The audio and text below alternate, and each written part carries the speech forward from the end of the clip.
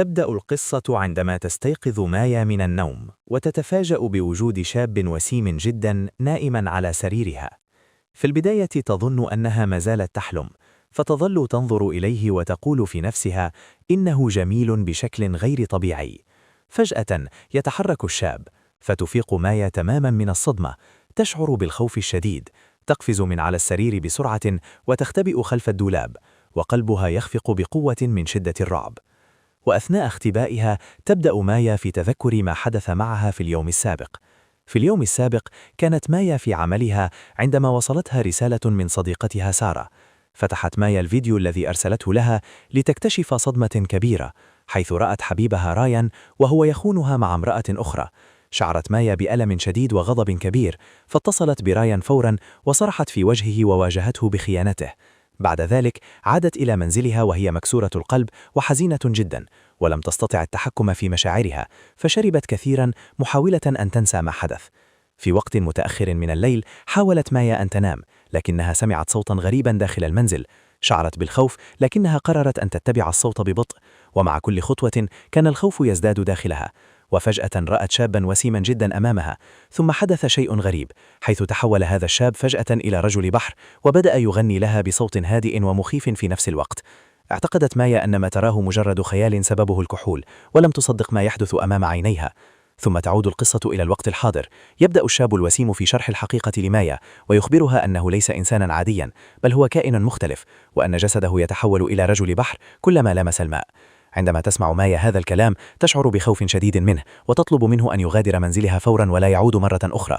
وقبل أن يخرج ينظر إليها الشاب بنظرة جادة ويخبرها أنه لا يستطيع الرحيل الآن، لأنه جاء من أجل مهمة يجب عليه تنفيذها مهما كان الثمن. حتى يتمكن ليو من العودة إلى عالمه، يخرج من منزل مايا وهو يشعر بحزن شديد. تلاحظ مايا أنه متأثر جدا، وتراه يبكي بحرقة. وفجأة ترى إحدى دموعه تسقط على الأرض، لكنها لا تختفي، بل تتحول أمام عينيها إلى لؤلؤة حقيقية. تصاب مايا بالصدمة والارتباك، ولا تصدق ما تراه.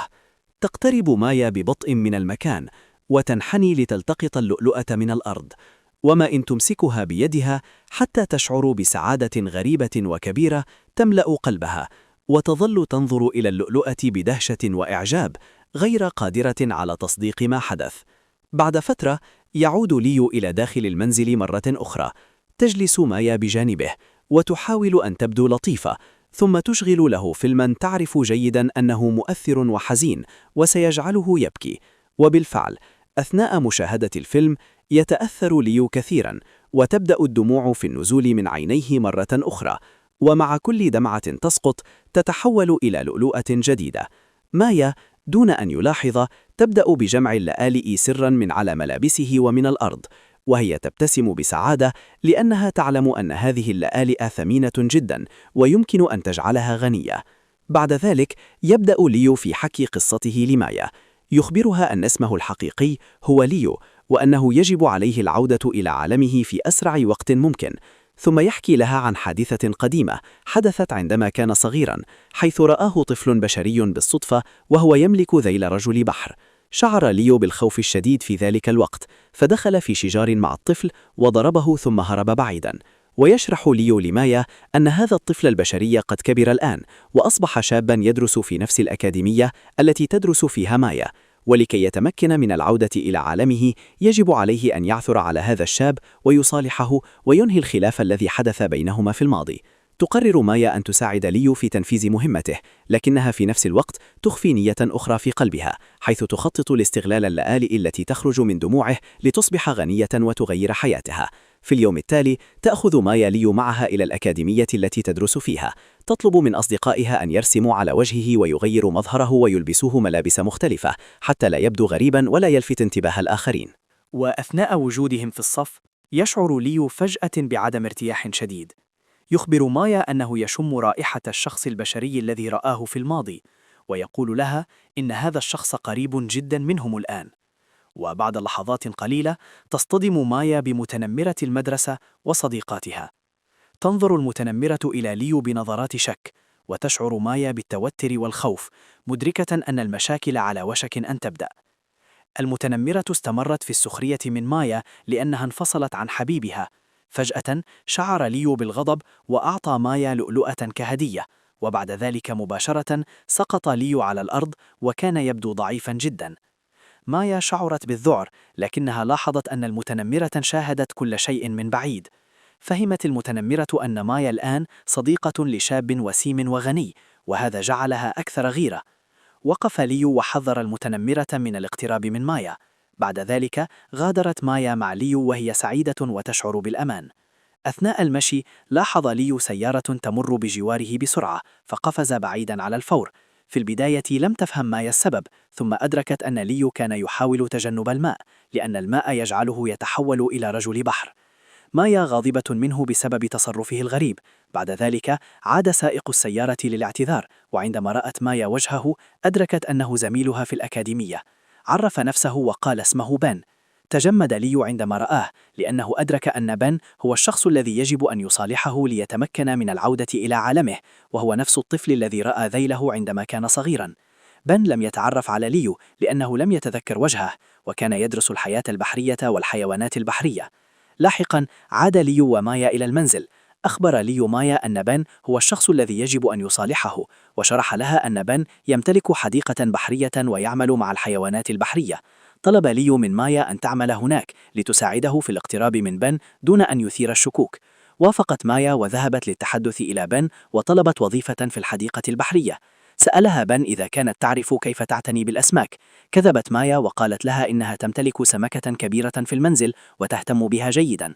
صدقها بن ووافق على توظيفها، وشعرت مايا بسعادة كبيرة. عادت إلى المنزل متحمسة، لكنها بدأت تتشاجر مع ليو مرة أخرى، وبعد قليل بدأ ليو يتحدث معها بجدية ويشرح لها أكثر عن نفسه وعالمه. مايا تريد حماية ليو من الوحش خارج المنزل.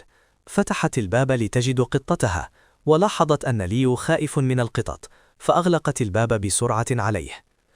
بعد أيام ذهبت مايا لتناول الطعام مع بن، بينما كان ليو يراقبهما محاولا الاقتراب منه والتحدث معه.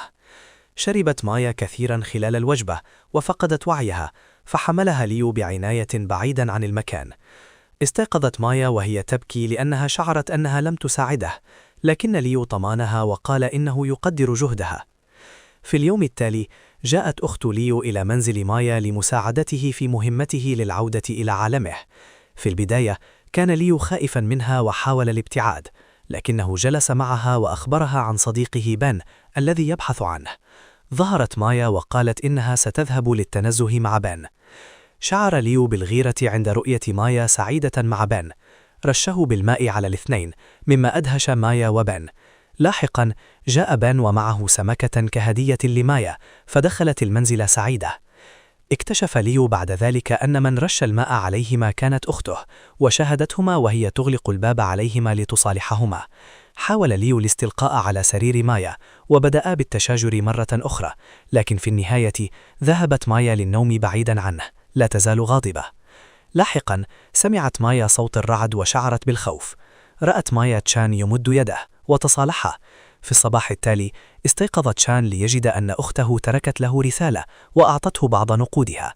لاحقا عندما ذهب تشان للطهي رأى أن بن اتصل بمايا، فأجاب هو المكالمة، محذرا بن من الاقتراب منها بسبب غيرته. رأت مايا الرسائل وفهمت أن تشان أجاب نيابة عنها، مما أدى إلى شجار بينهما. لاحظ تشان أن مايا حزينة، فاقترح الخروج معا. استمتع بالتنزه، الصور، واللعب بالآيس كريم، واحتضنها تشان عندما كادت أن تسقط. في اليوم التالي قدم تشان مظلة لمايا في المطر، حتى ارتدى معطفه ليحمي نفسه، بينما كان بن يخطط لمطاردته لأبحاثه عن الحوريات. مايا اكتشفت لؤلؤا ورسالة من تشان، وتذكرت ذكرياتهما معا. لاحقا أحضر لها تشان دراجة كفاجأة، وطلبت منه عبر الهاتف استخدام الساعة لتتبع مكانه. ثم فاجأها واعترف بحبه، لكنها اكتشفت أنه اختطف على يد بن لمعاملته كحورية بحر. ذهبت مايا لإنقاذه ونجحت في إخراجه، لكنه ضحى بنفسه لحمايته أثناء الهروب. بعد أيام ذهبت مايا إلى البحر وطلبت منه أن يظهر لها أنه حي. لاحقا تتبعت إشارة الساعة فوجدت تشان أمامها. رأت رسائله وفهمت مدى حبه، وقررت البقاء معه وحمايته إلى الأبد.